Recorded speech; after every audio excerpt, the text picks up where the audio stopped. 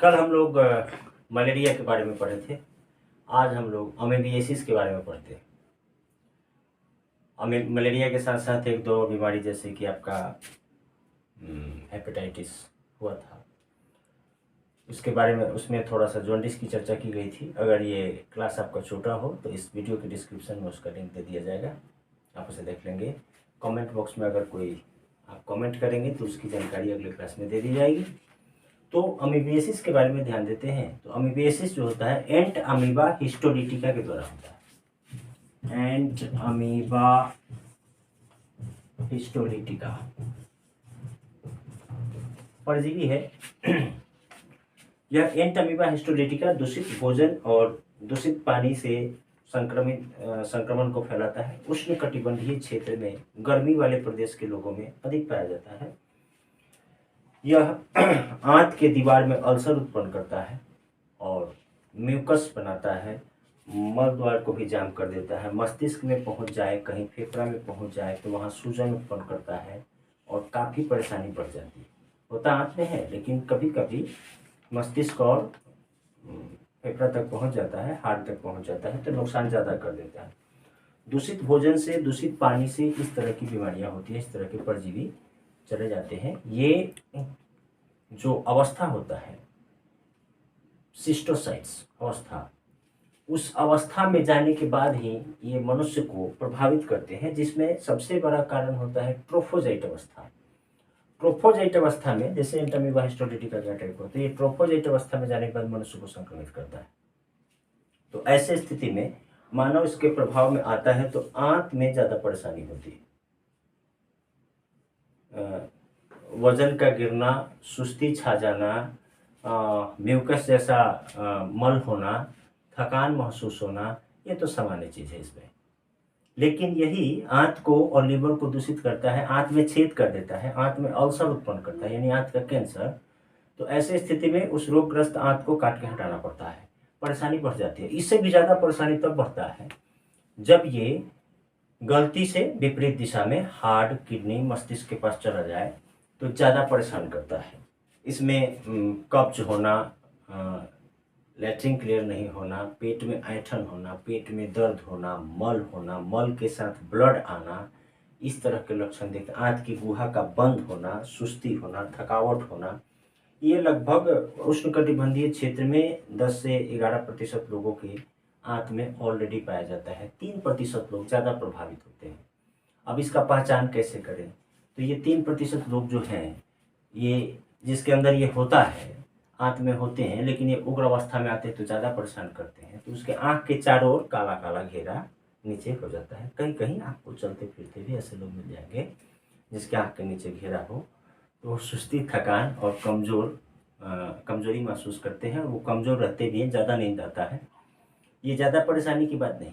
ज़्यादा परेशानी की बात कब है?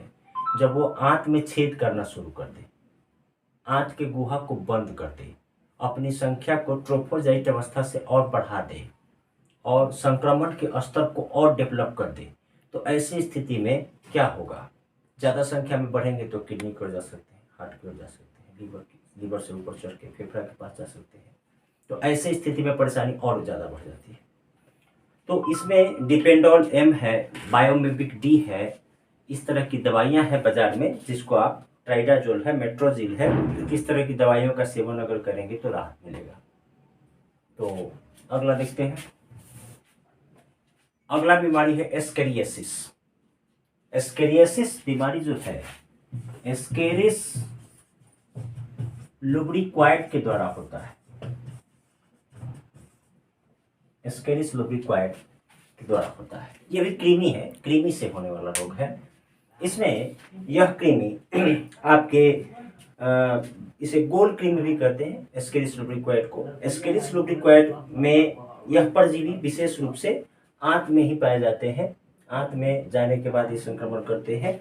यह कभी कभी दूसरे अंगों में पहुंचते हैं तो काफ़ी नुकसान पहुंचाते हैं। इसकी लंबाई लगभग 20 से 40 सेंटीमीटर की होती है। अंदाज़ा लगा लीजिए आप, एक छोटा सा 6 इंच का स्केल होता है, वो इतना बड़ा होता है, वो 15 सेंटीमीटर का होता है।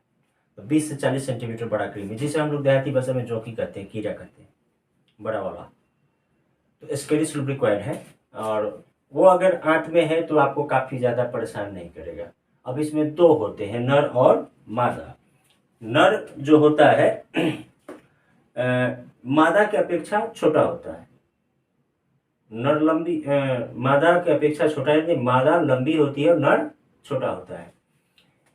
यह कृमि अगर पेट में है तो यह प्रतिदिन ज़्यादा अंडे देता है। लगभग आपको प्रतिदिन 2 लाख अंडे देता है। मादा स्केरिस मानव शरीर के अंदर प्रतिदिन 2 लाख अंडे देता है और अपने जीवन काल में 2 करोड़ 70 लाख अंडे देता है एक मादा स्केरिस। तो अब इस अंडे की चर्चा क्यों की जा रही है?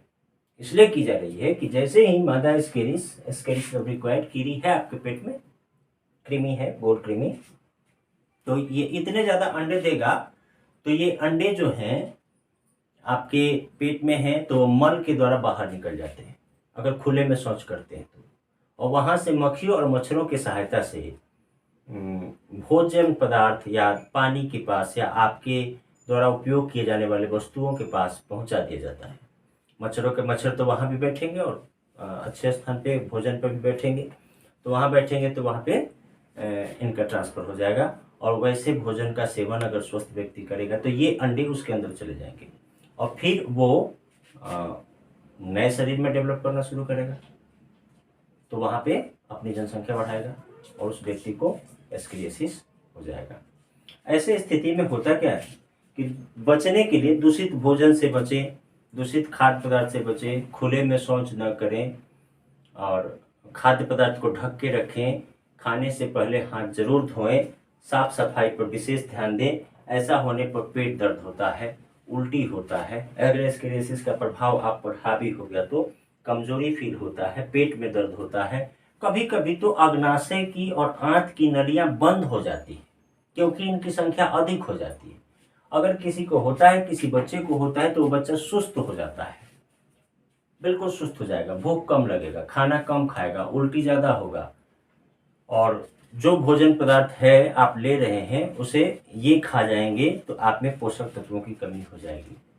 तो ऐसे स्थिति में जब इनकी संख्या बढ़ जाती है तो आंत की गुहा बंद हो जाती है, तो ऐसे स्थिति में ऑपरेशन करके निकालना पड़ता है। कभी कभी तो आंत में छेद कर देते हैं। ये भी उसी तरह किडनी और लीवर और एक्सेट्रा अन्य पार्ट्स के पास जाते हैं तो उसे काफ़ी नुकसान पहुंचाते हैं।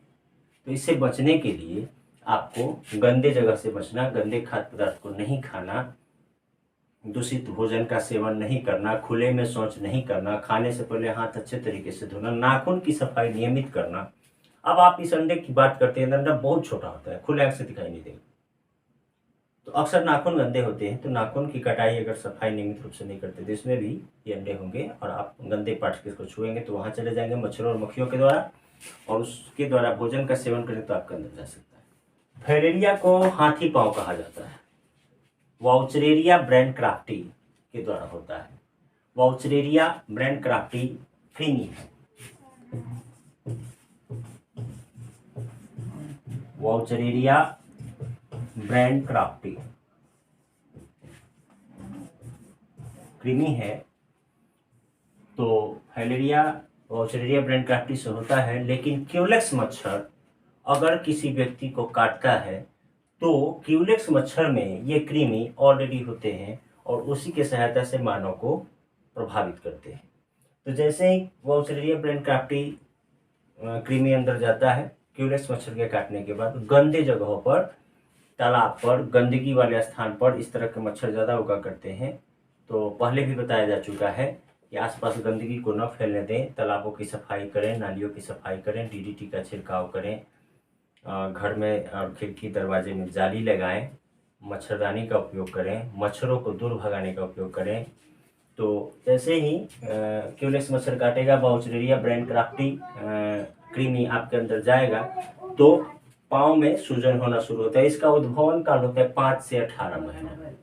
जैसे अगर ये मच्छर आपके अंदर चला भी गया, कृमि मच्छर ने काटा और ये कृमि आपके अंदर गया तो आज आपके ऊपर कोई प्रभाव नहीं डालेगा, 5 से 18 महीने का समय लगेगा।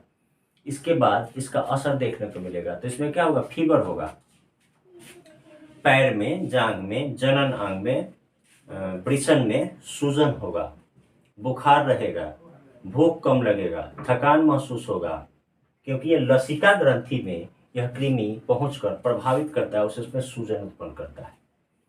तो इसकी दवाइयाँ आती है, अगर पहले से आप ले लेते हैं तो साल 2 साल तक के लिए मुंह से खाने वाली खुराक वाली दवाई आती है, तो उसे लेंगे तो 2 साल 1 साल तक आप सुरक्षित रहेंगे। अगर नहीं लेते हैं और आपको फाइलेरिया हो जाता है तो हो जाने के बाद प्रॉपरली ट्रीटमेंट कराइए, ठीक रहिएगा, लेकिन इससे निजात नहीं मिलता और उसके बाद ठीक नहीं होता, क्योंकि ये जो बाउचलेरिया ब्रेनक्राफ्टी कृमि है यह जीवित और मृत दोनों अवस्था में मानव को संक्रमित करता है।